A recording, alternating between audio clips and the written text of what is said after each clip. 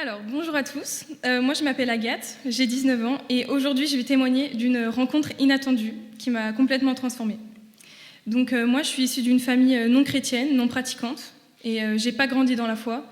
C'est même quelque chose qui m'a repoussée il y a quelques années. De nature, j'étais quelqu'un de très stressé. Je me sentais comme esclave de mes émotions et je ressentais tout trop fort. J'ai eu une belle enfance grâce à ma famille qui a toujours fait en sorte qu'on manque de rien, malgré quelques événements marquants comme le divorce de mes parents qui a déclenché sur moi du psoriasis sévère, le décès d'un ami d'enfance qui s'est suicidé très jeune et des agressions sexuelles subies lorsque j'avais 14 ans et 16 ans. Ces événements m'ont forcé à prendre conscience de choses qu'une petite fille n'avait pas besoin de comprendre. Elle témoignait aussi d'un Dieu qui, pour moi, à l'époque, était distant, voire inexistant. J'ai par la suite perdu cette étincelle et tenté de me punir par des mauvaises actions envers moi-même.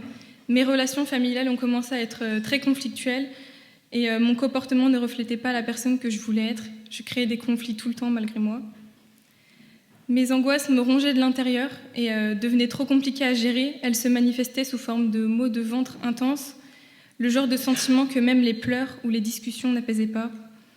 Le désir de vivre s'en allait complètement durant ces phases. Un sentiment de culpabilité lourd m'envahissait. Et à l'âge de 16 ans, je décide donc de quitter le foyer familial pour m'installer avec ma petite amie. Après 9 mois de vie commune, j'ai fait de mauvais choix et ma relation avec ma copine a pris fin dans de violentes conditions. Elle a donc quitté notre appartement et pour la première fois de ma vie, je me retrouvais seule, face à moi-même et les mauvais côtés de ma personnalité que j'ai bien souvent tenté de fuir. Le silence était bruyant et mes nuits s'écourtaient. Puis j'ai commencé à sortir régulièrement la nuit avec mes copines. J'y trouvais un certain réconfort et je me sentais entourée. J'avais le pouvoir de combler cette solitude. Et c'est rapidement devenu un problème parce que j'arrivais fatiguée au travail. L'entente avec mes collègues et mes supérieurs se détériorait et j'étais pas satisfaite, j'en voulais toujours plus. Un matin, en allant au travail et de manière très spontanée et même curieuse à vrai dire, j'ai sorti mon téléphone et j'ai ouvert mon application de musique. J'ai inscrit dans la barre de recherche « musique chrétienne ». N'ayant pas de famille ni d'amis chrétiens, j'ai jamais vraiment su expliquer ce qui a motivé cette recherche. Je suis donc tombée sur des chants catholiques, j'ai trouvé ça apaisant, alors j'ai gardé ça dans un coin de ma tête, mais je ne savais pas vraiment ce dans quoi je m'engageais, ni même ce que ça signifiait.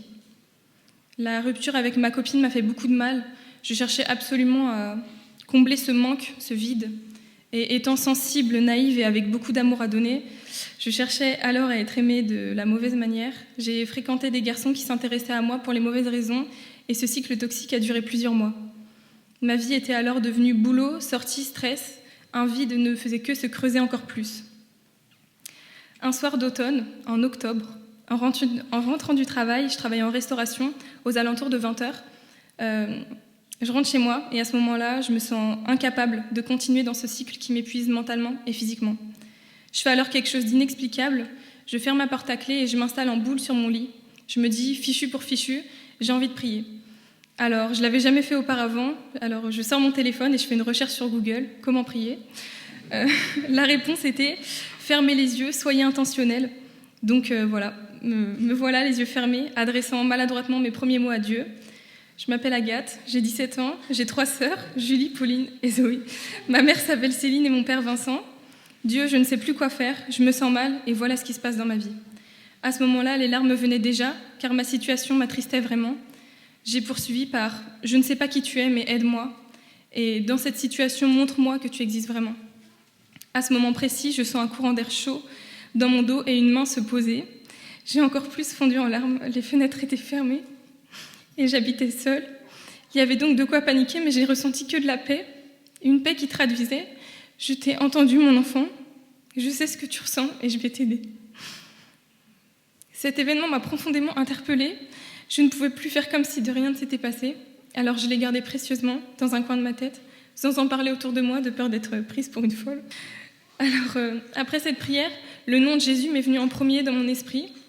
J'ai installé la Bible sur mon téléphone, pour comprendre de quoi il s'agissait et qui était Dieu.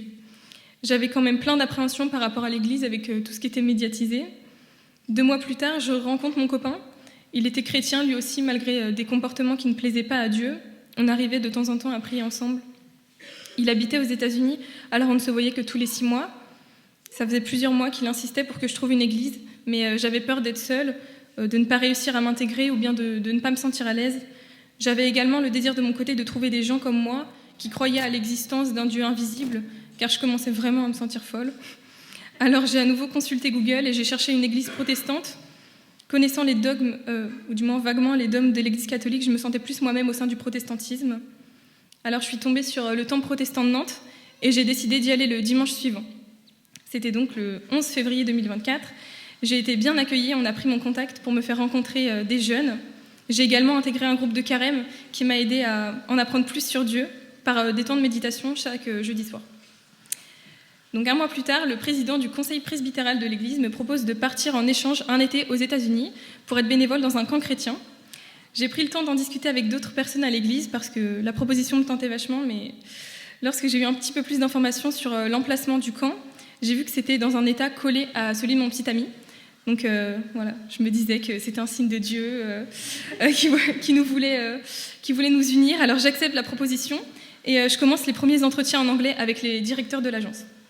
En lisant les programmes et les conditions, je constate que le camp n'accepte aucune présence de tabac sur le site, ce qui semble assez logique. Mais à ce moment-là, je fumais depuis 4 ans et demi et j'avais tenté plusieurs fois d'arrêter, mais ça n'avait jamais fonctionné, je retombais toujours. Jusqu'à sortir de chez moi la nuit en centre-ville pour me racheter un paquet de cigarettes. Dès que j'avais un petit coup de stress, une pause au travail ou un cours, après manger, lorsque j'avais un peu de marche, tout était une bonne excuse pour fumer et c'était aussi devenu gestuel. J'ai alors pris peur quant au camp. Si je ne m'arrêtais pas de fumer à temps, je n'aurais jamais pu tenir un mois sans tabac. C'est ce que je me disais. Alors, j'avais jamais pensé à le faire avant, mais assez naturellement, j'ai commencé à prier à ce propos. J'ai alors dit à Dieu, « Seigneur, j'ai tenté plusieurs fois d'arrêter, mais en vain, ça n'a jamais fonctionné. Aide-moi dans cette situation et donne-moi le courage d'arrêter. Là où moi, je n'ai pas réussi, peut-être que toi, tu y arriveras. » Et 2 semaines après cette prière, j'ai commencé à décaler les temps où je fumais habituellement. Après manger, j'ai sorti une cigarette de mon paquet et au moment de l'allumer, je l'ai rangée naturellement en me disant « je fumerai plus tard ». Le soir venu, je n'avais toujours pas retouché à cette cigarette et je ne comprenais pas ce qui se passait. J'étais avec mon copain durant cette semaine et il m'a fait remarquer que ça faisait plus de 4 jours que je n'avais pas fumé et depuis ce jour, je n'ai plus jamais retouché une cigarette de ma vie. Ça fait 1 an et demi. Nous voilà fin juin 2024, je décolle pour les États-Unis et je rejoins le camp là-bas. Je fais des rencontres de jeunes qui ont la vingtaine, tous issus de milieux, de cultures et de continents différents, avec l'unique base commune qui est Jésus-Christ. C'est durant le mois de juillet qu'après de nombreux mois de disputes, de nombreux pardons accordés, une confiance rompue et un cœur lourd, que je décide d'appeler mon copain pour mettre un terme à notre relation. Je l'ai fait à contre-cœur car je l'aimais énormément, mais j'ai senti Dieu me convaincre que l'homme qu'il avait prévu pour moi saurait patienter, me respecter et m'aimer réellement. Et à partir de ce moment, j'ai décidé de donner ma vie à Dieu. Je me suis détournée de l'immoralité sexuelle après avoir constaté les dégâts qu'elle avait provoqués dans ma vie. Ce ne sont pas des combats évidents, mais je me suis toujours sentie épaulée, soutenue et encouragée par Dieu. Et par mes frères et sœurs en Christ aussi, que j'ai rencontrés à l'église et aux États-Unis. Ces ressentis de vide, ces pensées noires, ces angoisses, ces maux de ventre, ces remises en question constantes, ces inquiétudes quant à l'avenir ont été apaisées par l'amour puissant de Jésus. Je suis imparfaite et j'ai besoin de Dieu chaque jour. J'ai encore des comportements non exemplaires parfois, mais la différence avec avant, c'est que maintenant je ne lutte plus seule dans les épreuves. Jésus m'accompagne. Désormais, je veux consacrer ma vie, mon temps et mes talents à Dieu. Je crois que Jésus est Dieu. Je crois qu'il est mon Sauveur et mon Seigneur. Je crois que Dieu est mon Père. Je crois qu'il est bon et qu'il veut notre bien. Je crois qu'il a pardonné mes péchés. Je crois qu'il m'a sauvée de la mort et qu'il m'a accordé une vie nouvelle.